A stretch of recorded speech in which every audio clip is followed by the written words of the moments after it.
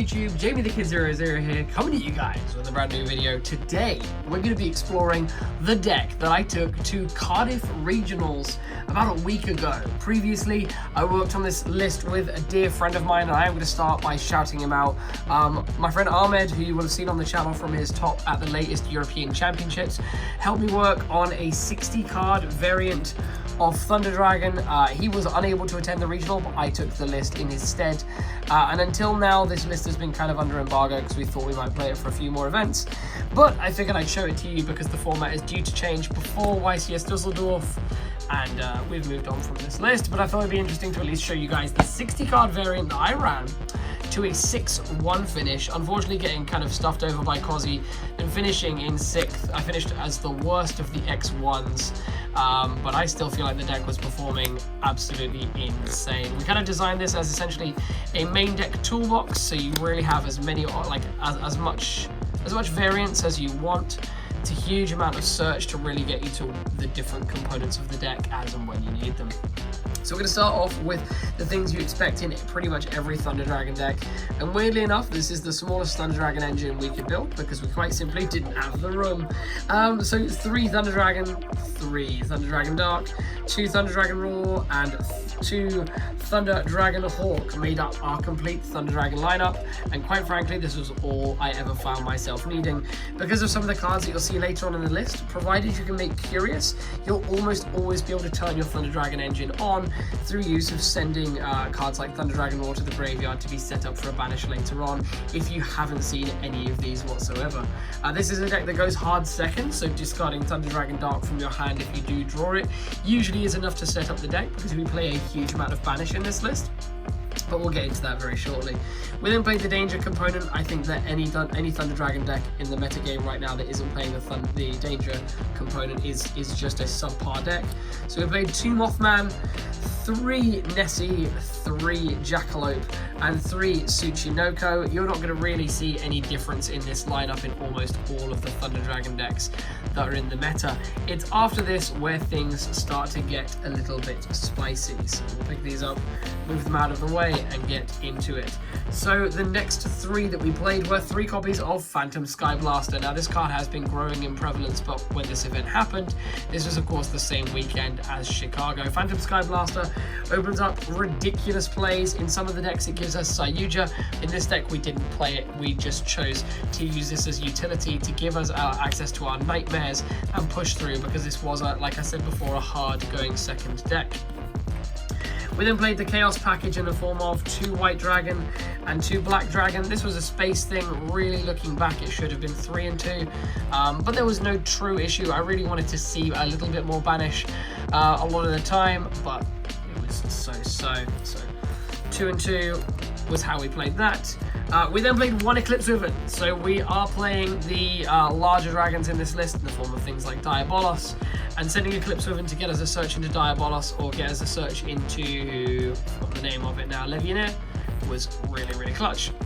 And then for the big dragons, we did play 1 Darkest Diabolos and 2 Levianeer. The idea to this deck was, like I said, go hard second and blow your opponent out with massive amounts of destruction. But this engine did give us the option to go first if we wanted to. We could take 2 cards out of our opponent's hand, and you could almost always have a game state going first, in which you could summon the pair of these and make them into the Xyz monster we will look at in the extra deck. So you could end up with, at the very least, 2 cards out of hand and a negate in a deck that really just wants to go second. It gave us options, and I think looking back, thinking about this deck against the Furman deck, the Furman deck really, I think, struggles to go second in terms of the Sekka list with the Guard Dragons, whereas I feel like this deck, while it is stronger going second, which is good because everyone's hard firsting at the moment, it would have at least given us an opportunity to go first, and I really liked that at the regional. I really kind of almost didn't want to roll the dice, I just wanted my opponent to choose so that I could blow them out. And then into the kind of more interesting cards, I played the 1 Armageddon Knight, which is kind of a turn on for our 2 Destrudo and a Zephyros. Zephyros, of course, a really good interaction. We wanted to open Curious every single game, so he plays really well with the dangers. Because we were playing a 60 card list, we acknowledged that our dangers were a bit more spread out, so sending this guy to the graveyard, bouncing 1 and then using the same danger again was really strong. And then we played 1 Mare because the OTKs you can get out of Mare are just ridiculous with Yazi. there's that. And then for the last monsters I played, the real MVP of the deck was 3 copies of Fantastical Dragon Fantasme. Fantasme is obscene. It was the only hand trap I ran because I didn't care what board my opponent played. I was really just gonna blow it up anyway. But this came in clutch. My final round of the regional on X1, I did end up playing against ABC, and this card was really, really important. He made a Link Monster turn 1, so the ability to just drop Fantasme on the table and give myself hard protection from the ABC Buster Drake was really, really good. So that's the 40 monster lineup, so it already looks like a 40 card monster mash. We then played a brick of 20 spells. So we played a few one-offs. We played one Monster Evil, one Gold Sarcophagus, one Thunder Dragon Fusion. This is a card destruction, but I've loaned it out and I don't actually know where it was, but it was really, really clutch, really liked it. One Foolish Burial, and then we tested one DDR, Different Dimension Reincarnation. This was in here kind of as a bit of fun because we didn't have a 60th card and we wanted an extender that wasn't World Legacy Succession, even though I was kind of keen on Succession because of the next card I play. But DDR was pretty strong. I'm not gonna lie, there were a few situations in which I top decked it and I was like, well, this isn't all that good, but when you open it and then you're like working out what your combo is going to be, it's just another extender, gets you into another Colossus going first and going second, because Colossus is the bigger Thunder Dragon. The next card that I was referring to was, in my list, I played 2 Instant Fusion. I was a big advocate of it, whereas Ahmed wasn't quite as big of a fan, but I really quite love this. The fact that it gives you access going second to Thousand Eyes Restrict, which is really strong in the Thunder Dragon matchup for taking away your opponent's Colossus, and then it's a Link Aribo to start your Link plays, and it's also, that works out as 2 Darks in your graveyard for your Levianeer.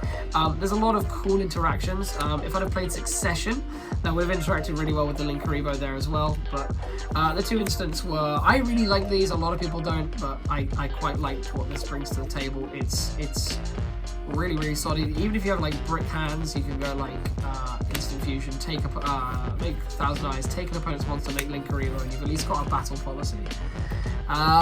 Then for Draw Power and Search Power, which is basically all our spells were just advantage engines, we played 3 Allure of Darkness, 3 Pot of Desires, which was really, really fun to have back in the game, because we were playing 60 cards and everything was a 2 of or a 3 of.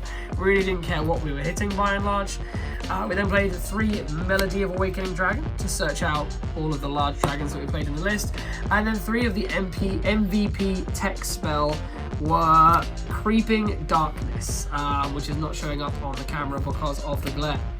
So Creeping Darkness was really cool because it reads banish 2 dark monsters from your graveyard, add 1 level 4 dark monster from your deck to your hand. So this was more of our banish policy, the fact that you can get a lot of your Thunder Dragons into the grave using dangers, and of course dangers themselves fill up the graveyard, and Curious can send something, and if you've made Curious you probably have multiple darks in grave. This gives you a good search into Phantom Sky Blaster because you've probably used dangers and potentially not used your normal summon, because Phantom Sky Blaster is one of I think 5 normal summons in the deck. So it really gave us that huge push advantage into things like Boral Sword. And also the Creeping Darkness was usually banishing like a Thunder Dragon Dark that we would send off of Eclipse Riven, send off of Curious. Or we'd have interesting situations where you could play Creeping Darkness and Creeping Darkness would